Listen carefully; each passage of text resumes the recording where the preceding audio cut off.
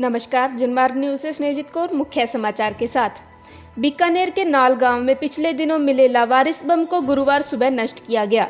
ऐसे में तेज धमाका हुआ तो आसपास के दर्जन भर गांवों में लोग सहम गए। गत 4 जुलाई को भी ऐसे ही एक बम को डिस्पोज किया गया था। यह दोनों बम नाल गांव के आसपास मिट्टी में दबे हुए मिले थे। बीकानेर एयरफोर्स स्टेशन से करीब 8 किलोमीटर दूर छोटी नाल गांव में खेती करते हुए किसान को ये बम नजर आया था। तब इस बारे में नाल पुलिस को सूचना दी गई, जिसमें बम के आसपास मिट्टी के कट्टे रखते हुए आने जाने पर रोक लगा दी थी। सेना के बम निरोधक दस्ते को इस आशय की सूचना दी गई। गुरुवार सुबह सेना के दस्ते ने पुलिस के साथ मौके पर पहुंचकर इसे नष्ट किया। एक गहरा गड्ढा खोदकर उसमें बम को रखा गया। दूर से ही इस बम को नष्ट कर दिया गया। धमाके के साथ ही मिट्टी का गुब्बारा इतना ऊंचा उठा कि दूर से भी नजर आ रहा था। आसपास धरती में हलचल हो गई। बम विस्फोट की आवाज आसपास के कई गांवों तक सुनाई दी। इस क्षेत्र में पशु भी विचरण करते हैं, जिसे पुलिस ने पहले ही हटा दिया। इस समय सेना के अधिकारी व नाल थानाधिकारी विक्रम सिंह भी मौजूद रहे। इससे पहले 4 जुलाई को भी सेना ने एक अन्य बम को नष्ट किया था। तब भी आसपास के लोगों में भय व्याप्त हो गया। तब लोगों को बताना पड़ा कि डर की बात नहीं है, बल्कि बम को नष्ट किया गया है। बड़ी संख्या में लोगों ने एक दूसरे को फोन करके भी पूछा कि इतना तेज धमाका क्यों हुआ। दरअसल ये बम नाल व आसपास के क्षेत्रों में कई जगह दबे हुए हैं। कभी इस क्षेत्र में सेना युद्ध का अभ्यास करती रही है, तभी बम मिट्टी में जाकर धंस जाते थे और फटने नहीं थे। ऐसे में बम धीरे धीरे किसानों को बुवाई के दौरान मिल रहे हैं। अभी भी बड़ी संख्या में बम यहाँ मिल सकते हैं। एक दूसरा कारण ये भी हो सकता है कि महाजन फील्ड फायरिंग रेंज से कोई बिना फटे बम उठा लाया है। ऐसे बम से तांबा निकालकर बेचने की कोशिश होती है। पूर्वी राजस्थान के भरतपुर जिले में मानसून के कारण लगातार मूसलाधार बारिश हो रही है। भरतपुर में मंगलवार शाम को शुरू हुई बारिश बुधवार देर शाम तक चलती रही। करीब 20 घंटे हुई बारिश के दौरान जिले में जमकर पानी गिरा। 1-2 स्थानों पर आकाशीय बिजली गिरने की घटनाएं भी हुई। लगातार बारिश से कई इलाकों में लोगों के घरों में पानी घुस गया। नदी नाले उफान मारने लगे। गनीमत यह रही कि बारिश में कोई बड़ा हादसा नहीं हुआ। जिले भर में जगह जगह पानी भरा हुआ है। गुरुवार को सुबह तक बीते 24 घंटों में जिले भर में 237 मिलीमीटर बारिश दर्ज की गई है। भरतपुर में बारिश का सिलसिला मंगलवार शाम को शुरू हुआ था।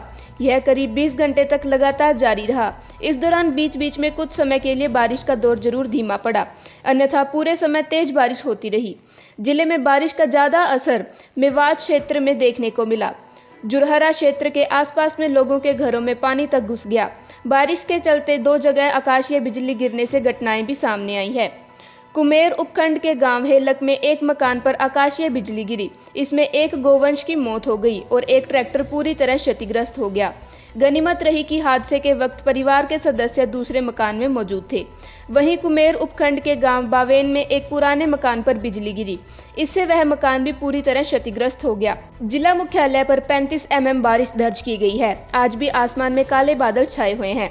भरतपुर में सोमवार से ही सावन की झड़ी शुरू हो गई थी। सावन के पहले सोमवार से ही मौसम ने रुख बदल लिया और तब से ही लगातार रुक रुक करके बारिश का दौर चल रहा है। अब मौसम विभाग ने भी लोगों को अलर्ट करते हुए कहा कि वे सावधानी बरतें। बरसात कभी भी अपना रुख बदल सकती है। ऐसे में लोगों को सतर्क रहने की जरूरत है। रक्षाबंधन के दिन इस बार भद्रा का साया नहीं होने से बहनें पूरे दिन स्नेह की डोर से भाइयों की कलाइयां सजा सकेंगी। इस वर्ष रक्षाबंधन 22 अगस्त को है। ज्योतिषों के अनुसार इस साल रक्षाबंधन के दिन श्रावण पूर्णिमा धनिष्ठ नक्षत्र के साथ शोभन योग का शुभ संयोग बन रहा है। ज्योतिष शास्त्र में इन संयोग को उत्तम माना गया है। रक्षाबंधन को बनने वाले ये 3 खास संयोग भाई बहन के लिए लाभकारी साबित होंगे। रक्षाबंधन के दिन 22 अगस्त को सुबह 10:34 तक शोभन योग रहेगा। यह योग शुभ फलदायी होता है। इसके साथ ही रक्षाबंधन के दिन रात 7:40 तक धनिष्ठ योग रहेगा। आमतौर पर भद्रा के कारण बहनों को राखी बांधने के लिए समय कम ही मिलता रहा है। इस बार भद्रा नहीं होने से राखी बांधने के लिए 12 घंटे और 11 मिनट की अवधि का दीर्घकालीन शुभ मुहूर्त है। राखी सुबह 5:50 से शाम 6:03 तक कभी भी बांधी जा सकेगी। चुनाव रणनीतिकार प्रशांत किशोर के कांग्रेस में शामिल होने की संभावनाओं पर पिछले काफी दिनों से सियासी चर्चाएं तेज हैं। हाल ही में प्रशांत किशोर की ओर से कांग्रेस महासचिव प्रियंका गांधी और पूर्व पार्टी अध्यक्ष राहुल गांधी से मुलाकात करने के बाद इन अटकलों को काफी बल मिला है। हालांकि वह अपनी ओर से इन अटकलों पर विराम लगाते नजर आए हैं। अब एक रिपोर्ट में दावा किया गया है कि प्रशांत किशोर कांग्रेस में शामिल हो सकते हैं। रिपोर्ट के अनुसार राहुल गांधी ने इस संबंध में पार्टी के नेताओं से राय मांगी है। कांग्रेस हालांकि इस बारे में कुछ बोलने से अब तक बचती दिखाई दे रही है। हिंदुस्तान टाइम्स के एक रिपोर्ट के अनुसार अब पार्टी के अंदर इस बात को लेकर चर्चा तेज हो गई है कि पार्टी में इस मामले से जुड़े 3 लोगों ने बताया है कि 22 जुलाई को राहुल गांधी की अध्यक्षता में हुई एक बैठक में इस मामले पर चर्चा की गई थी। बताया गया है कि इस बैठक में कांग्रेस के वरिष्ठ नेता शामिल थे। इनमें ए.के. एंटनी, मल्लिकार्जुन खड़गे, के.सी. वेणुगोपाल, कमलनाथ और अंबिका सोनी मौजूद थे। रिपोर्ट में दावा किया गया है कि अगर सभी प्रशांत किशोर के नाम को लेकर मान जाते हैं तो कांग्रेस में उन्हें महासचिव के रूप में महत्वपूर्ण जिम्मेदारी दी जा सकती है। HT के एक रिपोर्ट में दावा किया गया है कि प्रशांत किशोर ने 15 जुलाई को कांग्रेस को आगे बढ़ाने के लिए गांधी परिवार के सामने एक प्रेजेंटेशन दिया था। जानकारी दी गई है कि 22 जुलाई को राहुल गांधी की अध्यक्षता में हुई इस बैठक का मकसद यह जानना था कि प्रशांत किशोर के बारे में कांग्रेस के वरिष्ठ नेता क्या राय रखते हैं।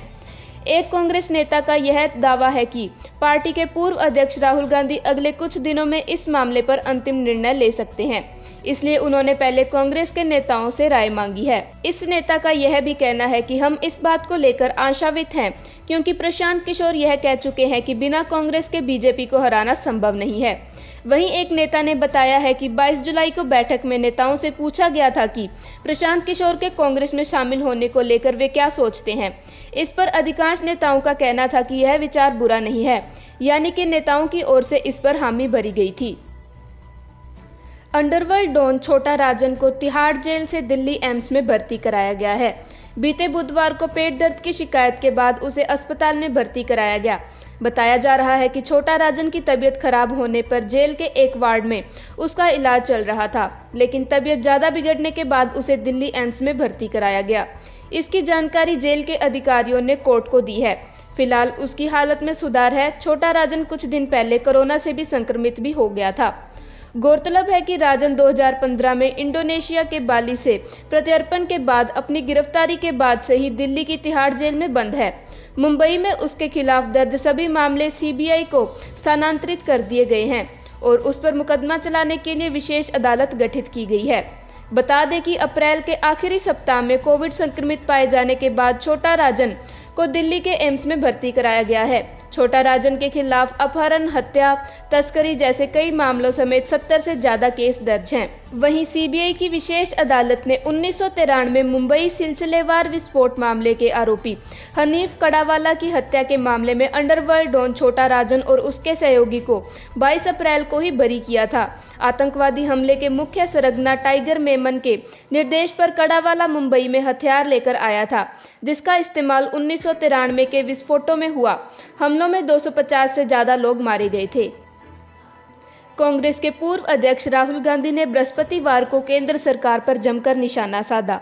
उन्होंने आरोप लगाया कि केंद्र सरकार विपक्ष को अपना काम नहीं करने दे रही है। राहुल ने कहा कि संसद का समय बर्बाद नहीं करते हुए महंगाई, किसान और पेगासस पर चर्चा होनी चाहिए। बता दें कि पिछले कुछ दिनों से संसद में विपक्ष और सरकार के बीच कई मुद्दों को लेकर गतिरोध लगातार बरकरार है। राहुल गांधी ने ट्वीट करते हुए लिखा, हमारे लोकतंत्र की बुनियाद है कि सांसद जनता की आवाज बनकर राष्ट्रीय महत्व के मुद्दों पर चर्चा करें।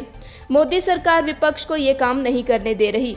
कांग्रेस नेता ने इस बात पर जोर दिया, संसद का और समय व्यर्थ मत करो, करने दो महंगाई, किसान और पेगासस की बात। पेगासस और कुछ अन्य मुद्दों को लेकर पिछले कई दिनों से संसद के दोनों सदनों में गतिरोध बना हुआ है। 19 जुलाई से मानसून सत्र शुरू हुआ था, लेकिन अब तक दोनों सदनों की कार्यवाही बाधित रही है। विपक्षी दलों का कहना है कि पेगासस जासूसी मुद्दे पर चर्चा कराने के लिए सरकार के तैयार होने के बाद ही संसद में गतिरोध खत्म होगा। बुधवार को प्रमुख विपक्षी दलों के नेताओं की बैठक के बाद कांग्रेस के पूर्व अध्यक्ष राहुल गांधी ने प्रधानमंत्री नरेंद्र मोदी और गृह मंत्री अमित शाह पर पेगासस स्पाईवेयर का उपयोग करने लोकतंत्र की आत्मा पर चोट करने का आरोप लगाया। उन्होंने कहा कि इस मामले पर संसद में चर्चा होनी चाहिए। प्रमुख विपक्षी दलों के नेताओं की मौजूदगी में उन्होंने संवाददाताओं से बातचीत में ये दावा भी किया कि सरकार ने पेगासस पर चर्चा करने से इनकार कर दिया है। धन्यवाद।